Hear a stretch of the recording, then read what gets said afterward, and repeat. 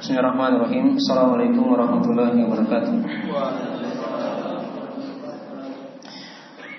Innal hamdalillah nahmaduhu wa nasta'inuhu wa nastaghfiruh wa na'udzu billahi min shururi anfusina wa min sayyiati a'malina. May yahdihillahu fala mudilla lahu wa may yudlil fala hadiya lahu.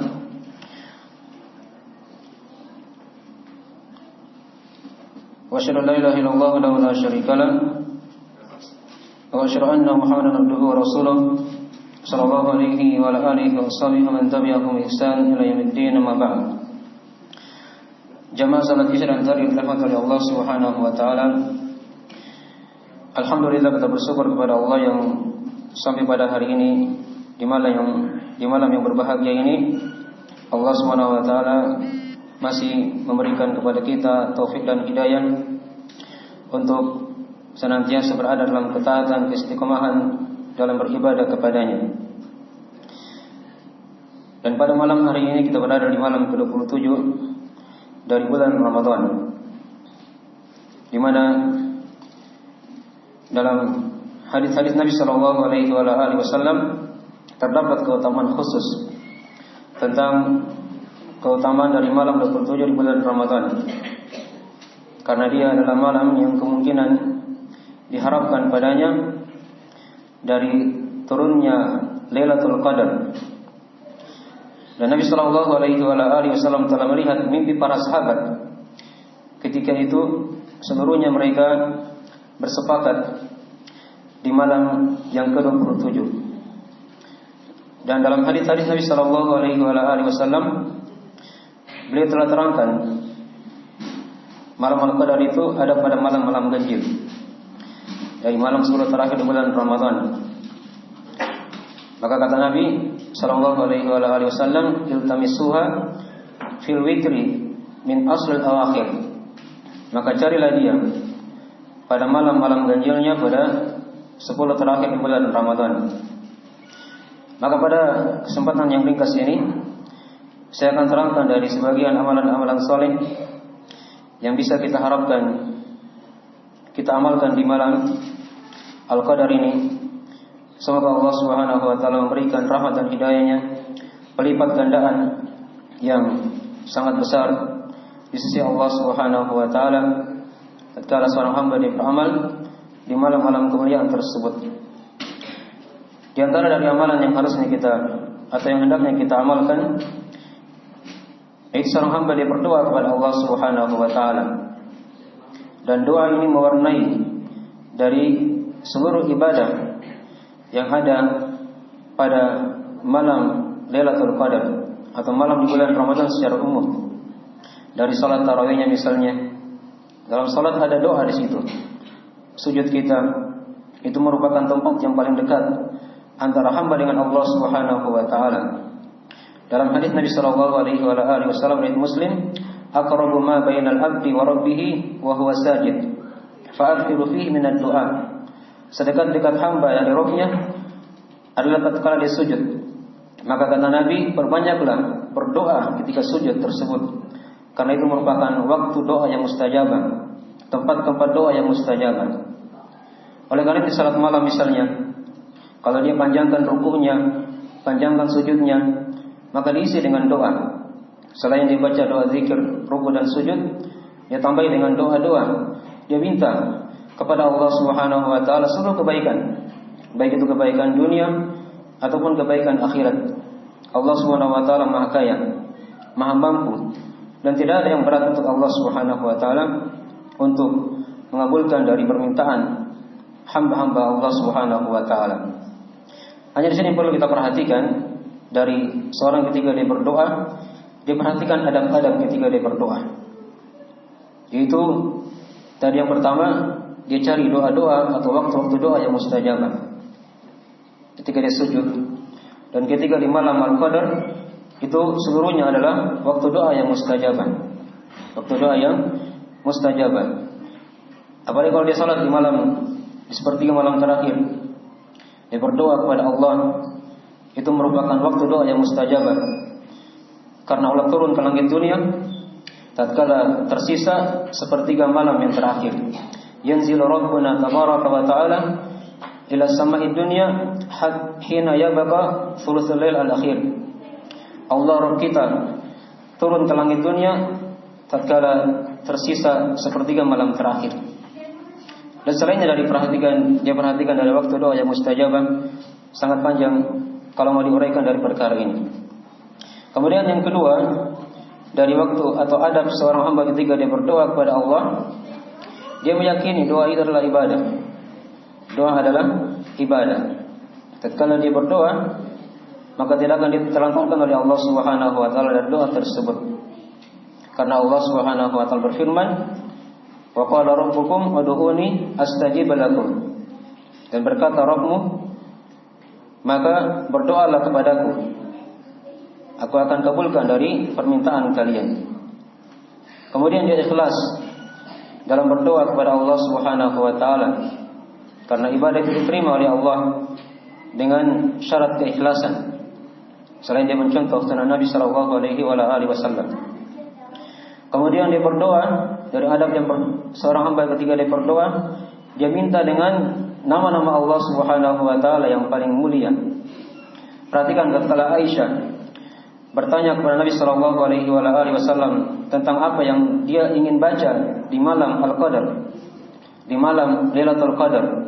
Maka Nabi sallallahu alaihi wasallam terangkan, "Quli Allahumma innaka 'afuwun tuhibbul afwa fa'fu anni." Katakanlah wahai Aisyah, Allahumma, ya Allah, innaka 'afuwun, sesungguhnya engkau adalah zat yang memberikan maaf. Tuhibbul afwa fa'fu anni. Ya, maka dan engkau juga mencintai rasa maaf, maka maafkanlah aku. Ampunilah aku. Di awal doa tadi Nabi ajarkan kepada Aisyah dengan lafaz Allahumma.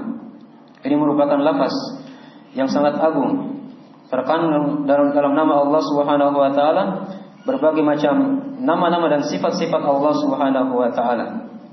Tatkala seorang hamba dia memanggil Allah dengan nama Allahumma, maka itu insyaallah taala dia akan dikabulkan oleh Allah Subhanahu wa taala dari doa yang dia minta.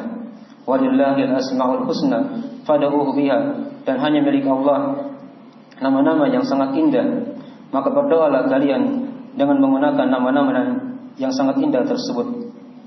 Kemudian dari adab seorang hamba ketika dia berdoa, yaitu dia memuji Allah Subhanahu wa taala dengan pujian-pujian sebagaimana yang sudah diterangkan tadi itu. Dia dahulukan memanggil dengan nama Allah, dia puji Allah, dia minta kepada Allah Subhanahu wa taala, dan dia panggil Allah dengan nama yang cocok dengan doanya. Kalau dia ingin minta diberikan rezeki, dia bilang misalnya Allahumma ya Razzaq, ya Allah yang Maha memberikan rezeki, dan seterusnya. Diminta dari apa yang cocok dari doa tersebut. Kemudian dari doa juga adabnya, dia mendahulukan salawat atas Nabi sallallahu alaihi wasallam. Karena doa itu kata Nabi, kullu du'ain mahjubun hatta tusalla alayya, hatta tusalla ala Nabi sallallahu alaihi wasallam. Setiap doa itu dia akan terhijab sampai seorang hamba dia bersalawat atas Nabi sallallahu alaihi wasallam.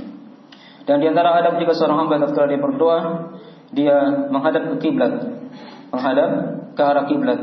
Sebagaimana Nabi sallallahu alaihi wasallam telah berdoa di perang Badar, ya, tatkala itu beliau mengangkat tangannya dan menghadap ke arah kiblat agar Allah Subhanahu wa taala memberikan pertolongan kepada para sahabat yang jumlahnya hanya sedikit saat itu. Kemudian juga di antara adab ketika berdoa, ini di luar salat, diangkat tangannya. Karena Allah Subhanahu wa taala itu diterangkan dalam hadis Nabi sallallahu alaihi wasallam, "Inna rabbakum tabaraka wa ta'ala hayyun karim. Yastahi min abdihi idza rafa'a yadayhi ilaihi ayaruddahuma safran atau sifran." Kata Nabi, sungguhnya Rabb kalian adalah yang pemalu, lagi maha mulia, dan dia malu dari hambanya jika ada seorang hamba dia angkat tangannya berdoa kepada Allah dan dia kembalikan dalam keadaan kosong, dalam keadaan kosong. Maka di antara adab-adab seorang hamba tatkala dia berdoa kepada Allah Subhanahu wa taala. Kemudian di antara adab yang lain lagi dalam berdoa, yaitu dia meyakini doa tersebut akan dikabulkan oleh Allah Subhanahu wa taala. Jangan dia ragu kepada Allah. Hanya diterangkan dalam hadis, seorang hamba dia dikabulkan doanya itu ada 3 macam. Ada 3 kemungkinan. Yang pertama, kadang dikabulkan langsung di dunia ini oleh Allah Subhanahu wa taala. Kemudian yang kedua, kadang dia dipalingkan dari hal yang lain. Mungkin dia minta A, Allah kasih dia B. Karena kadang ketika diberi A, mungkin dia akan berbahaya. Allah berikan hal yang terbaik, diberi dia sesuatu yang perkara yang lain yang semakin menambahnya kepada kekuatan dan keistiqomahan jalan Allah Subhanahu wa taala. Atau yang ketiga, kalau dia tidak dikabulkan di dunia, doa adalah ibadah. Dia akan dapatkan pahalanya di akhirat nanti. Yang jelas, tatkala seorang hamba dia berdoa kepada Allah, maka tidak akan dilantarkan oleh Allah Subhanahu wa taala. Kemudian di antara adab yang lain lagi saat berdoa, yaitu dia senantiasa mengulang-ulangi doa tersebut. Dan jangan dia tergesa-gesa. Jangan dia tergesa-gesa. Bagaimana seorang hamba dikatakan dia tergesa-gesa? Itu diterangkan dalam hadis Nabi sallallahu alaihi wasallam. Kata Nabi, yustajabu lil abdi ma lam yada bi itsmin aw bi qita'ir rahim. Ma lam yastajil. Akan dikabulkan bagi hamba itu sepanjang dia berdoa bukan pada perkara dosa atau dia memutuskan silaturahim dan dia tidak tergesa-gesa. Nabi terangkan apa itu arti tergesa-gesa ketika berdoa. Ditanya oleh para sahabat, "Qila ya Rasulullah, mal istijal?" Apa arti atau makna istijal itu berdoa dia tergesa-gesa? Dia berkata, "Qad da'autu wa qad da'autu falam yastajib li."